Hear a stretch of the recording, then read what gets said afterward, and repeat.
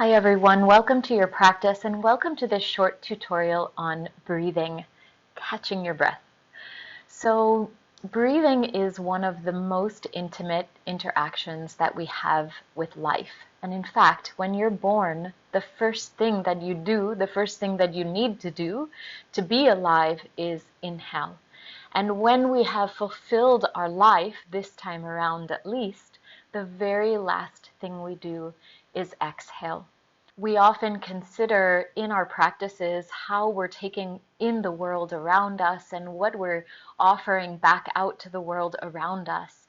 And in many ways, our breath is the foundation of how this is happening in every other aspect of our lives. Every time you inhale, you're drinking in the world around you, you're drinking in the energy around you, and every time you exhale, you are putting out from within back into the world. Breathing is one of these magical things that happens whether we're thinking about it or not. But unconscious breathing, breathing that happens without awareness and without a conscientiousness of what we're navigating in life and how we're navigating in life, has the tendency to follow the oscillations of the mind. It has the tendency to get stuck to all of the things that we're trying to digest rather than being the vehicle of transformation that it naturally is.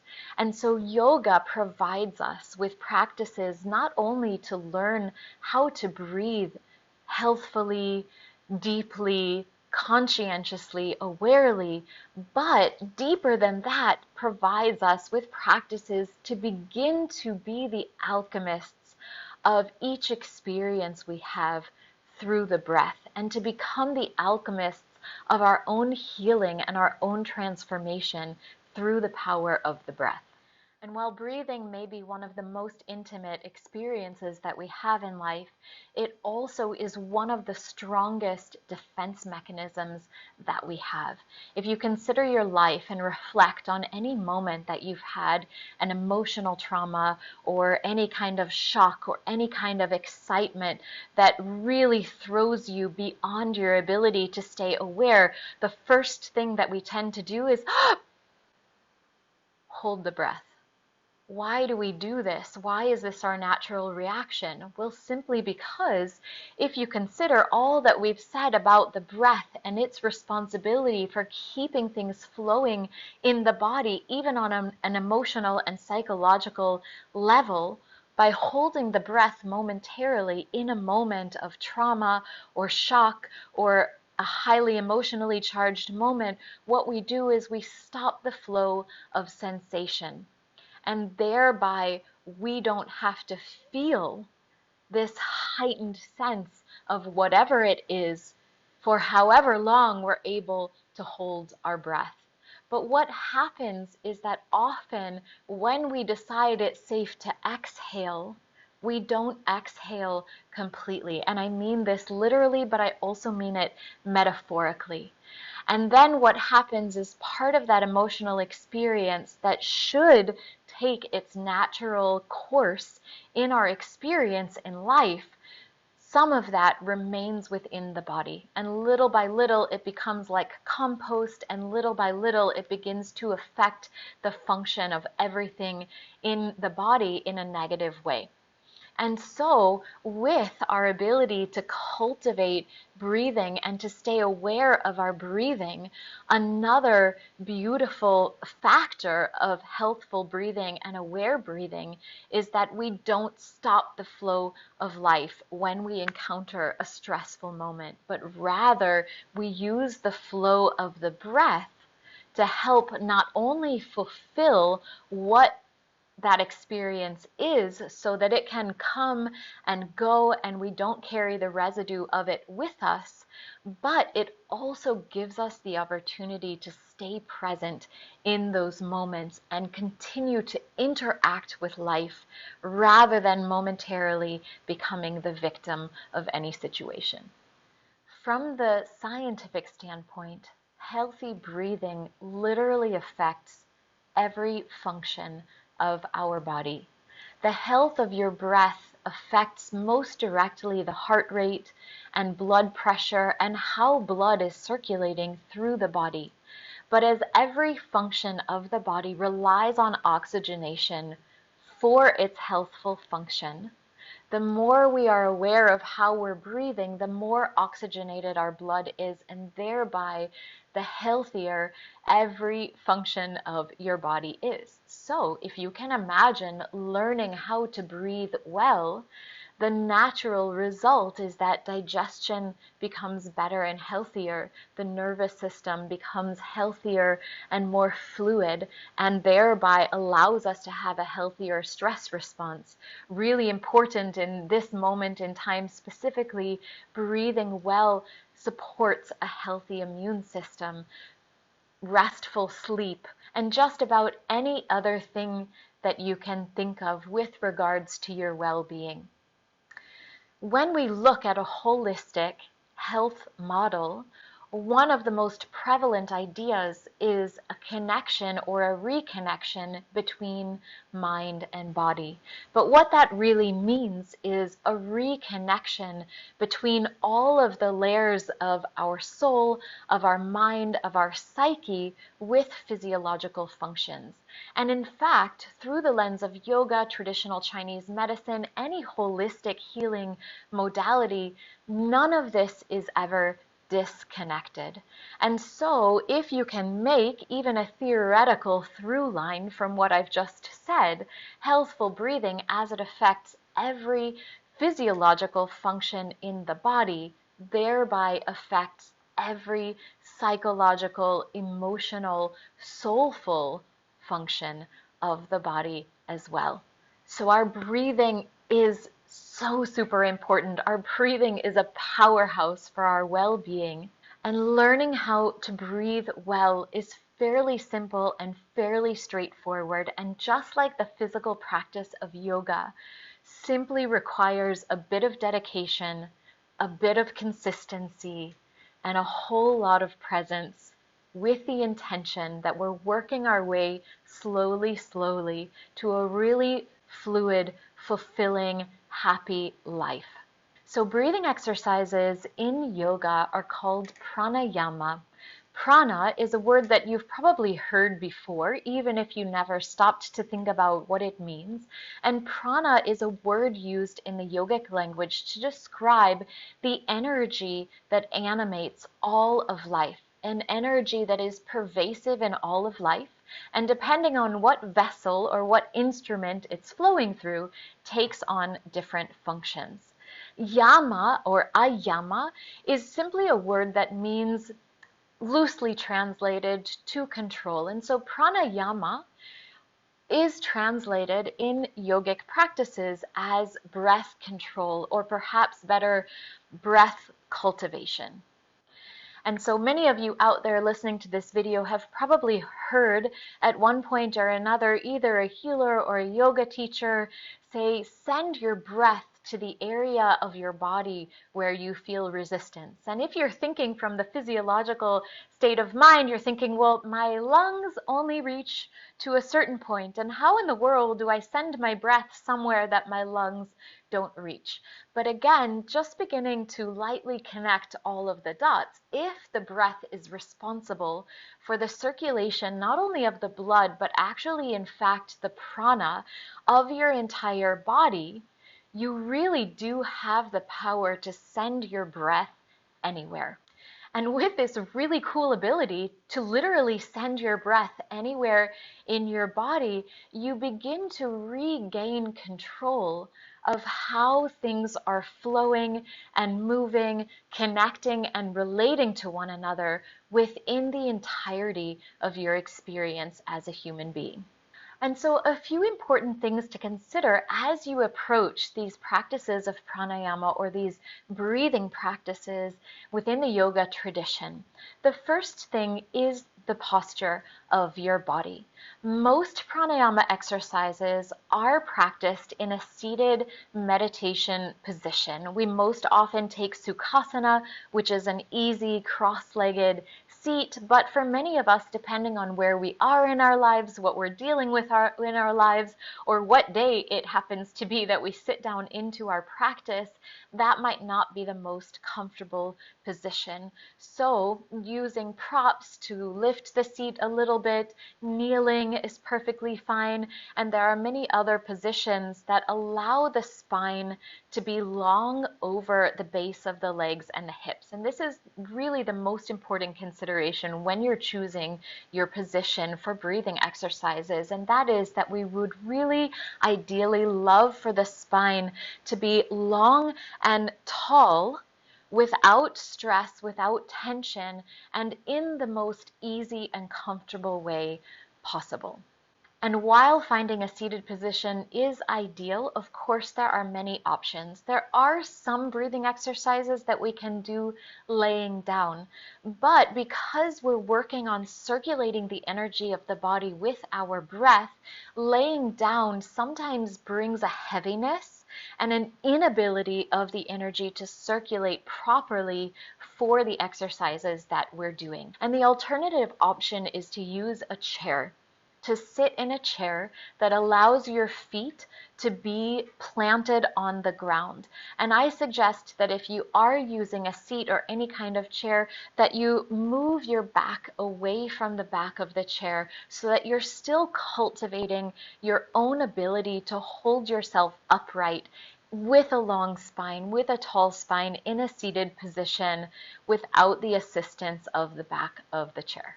The second important consideration as you approach breathing exercises is rhythm. Oftentimes, when you're learning a new pranayama exercise, the teacher or your guide will set a rhythm for you. But eventually, as you're incorporating these practices into your daily routine, you want to find a rhythm for your natural capability, meaning you want to find a rhythm of breath that you can maintain without crinkling your forehead, without the shoulders coming up, without tension coming into the body. And so finding your natural rhythm while following the guidelines of the practice is really important.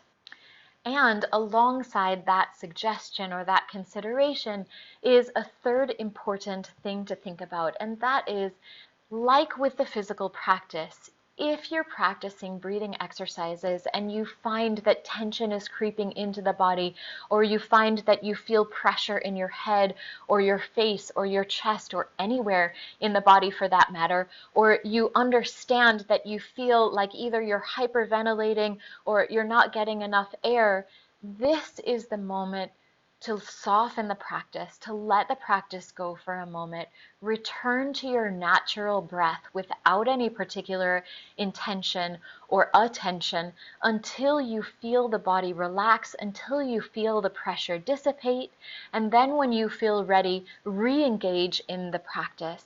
And this is the most important thing, because if you think about it, if you allow tension to creep into the body, then that is the lesson you're teaching the body, that when I try to breathe, it elicits tension and stress in the body.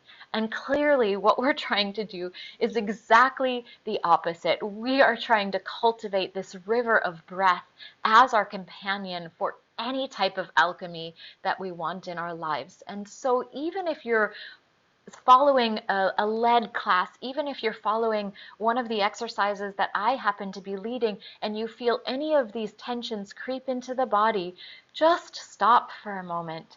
Return to the breath until the body relaxes, until the mind relaxes, and then re-engage in the practice when you're ready. And so let's take a few moments here together to have an experience of pranayama, to begin this journey to learning how to breathe well. And whether you are an experienced yogi or not, in my opinion, it's always really beautiful to return to simplicity, because maybe in our habitual growth, we let go of some things or we create habit patterns around other things. And so wherever you are, even if you're sitting at work at your desk watching this video, just find some way to create a comfortable seat, whether it's on a chair, like I'm sitting on a chair today, or you actually have your mat rolled out, and see if you can't find a place with your legs crossed, kneeling, or even just seated. But again, if you're on a chair, feet flat on the floor, back away from the back of the chair if possible. And then as you're creating this comfortable seat, just take any small movements to really understand that you can begin to release responsibility for holding your body in a particular way, and you can begin to get really super comfortable in whatever shape you've chosen. And after you're done kind of wiggling and shaking here, go ahead and close the eyes. And this closing of the eyes in any practice of yoga, again, not necessarily a shutting out of the world, but rather an opportunity to eliminate the distraction of sight so that we might listen to our own personal experience a little bit more clearly and closely. And here, with the eyes closed, begin with your mind's eye to become aware of the sensations of your body. Just doing a scan from the tips of your toes all the way to the top of the head. And as you're doing this scan, do your best not to engage in conversations with what you find. Do your best not to name or describe. Simply begin to watch and feel and experience all that is your reality right now.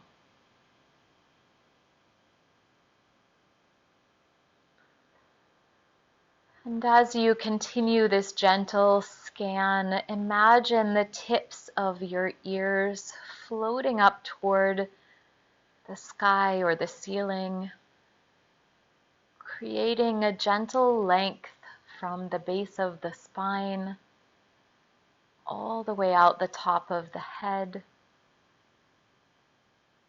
And make a conscious effort here to relax the shoulders, the arms and the hands just falling in the lap, on the legs, in whatever position is most comfortable. Relax your face and your jaw.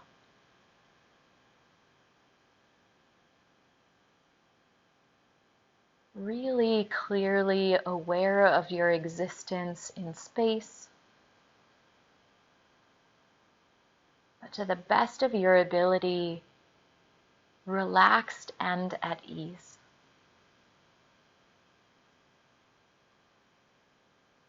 And here, begin to carry your mind's eye, your imagination to the experience of your breath.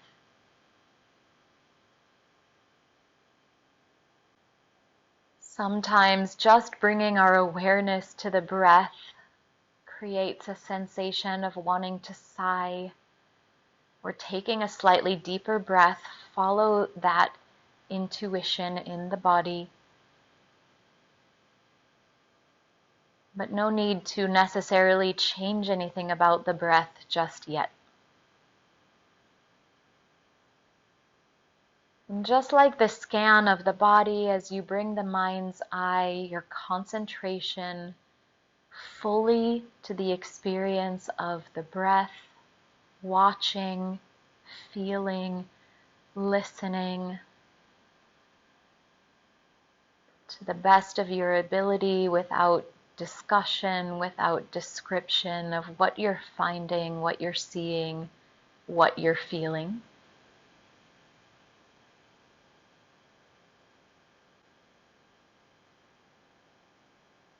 And maybe little by little beginning to deepen the breath, not through the efforts of the muscles, but simply the effort of the intention.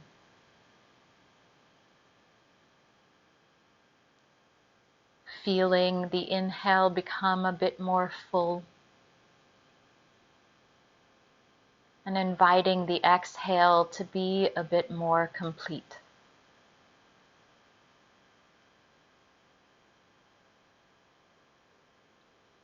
And as the concentration rests fully over the experience of the breath, should you notice thoughts creep into the mind, should you notice that your mind's eye has wandered in a different direction, not to worry, just notice and bring it back again and again.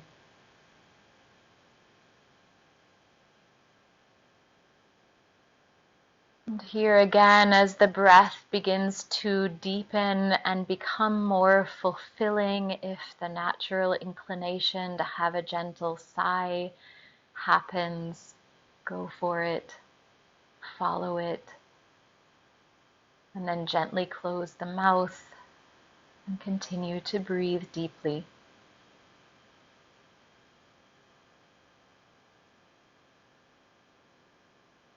And here, with the breath following its natural rhythm, perhaps beginning to become aware of the natural intelligence of the breath. Each inhale an opportunity to refresh, to refill, to motivate circulation within the body. And each exhale, consequently, an opportunity to release, to clear, to soften, to find ease.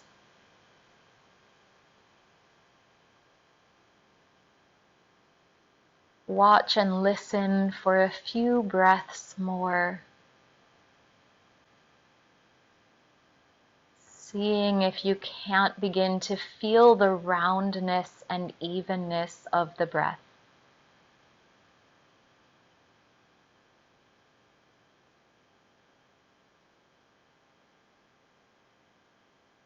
Vritti Pranayama, a breathing exercise that invites an even inhale and exhale.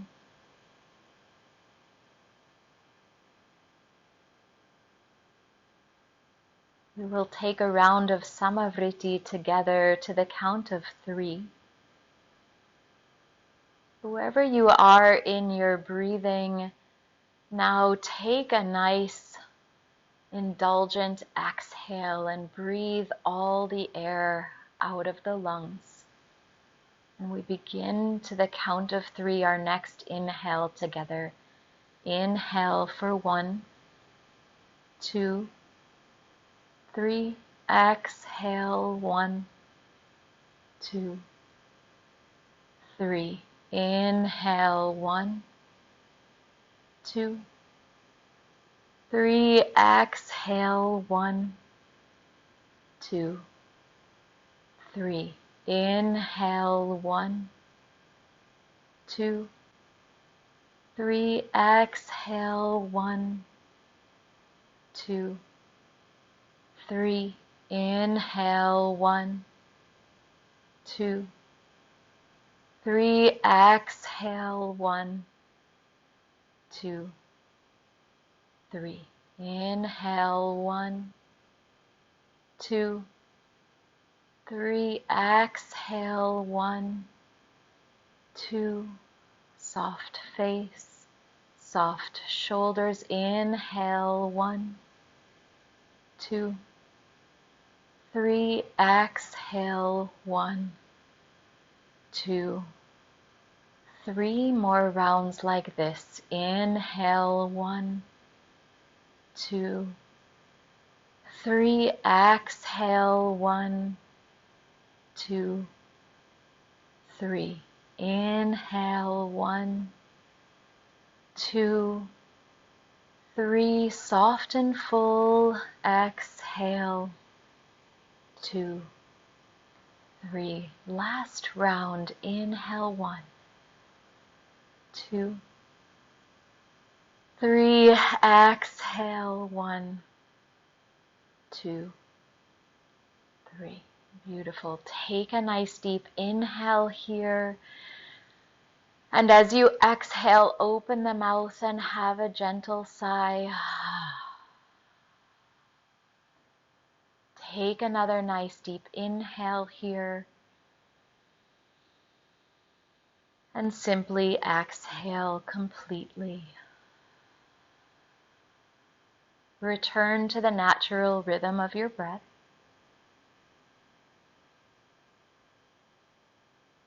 And bring your mind's eye, your internal eye, to the space between the eyebrows.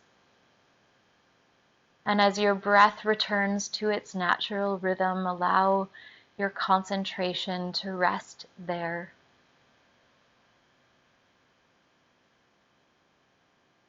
Again, watching, feeling, sensing.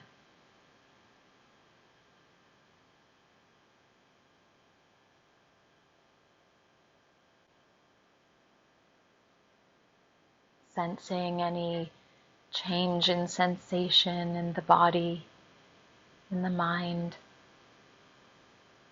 Maybe simply in your ability to breathe more easy. Bring the palms together in front of the chest and begin to rub them together gently to create some warmth between the palms. And once you feel that warmth, gently cup one palm over each eye.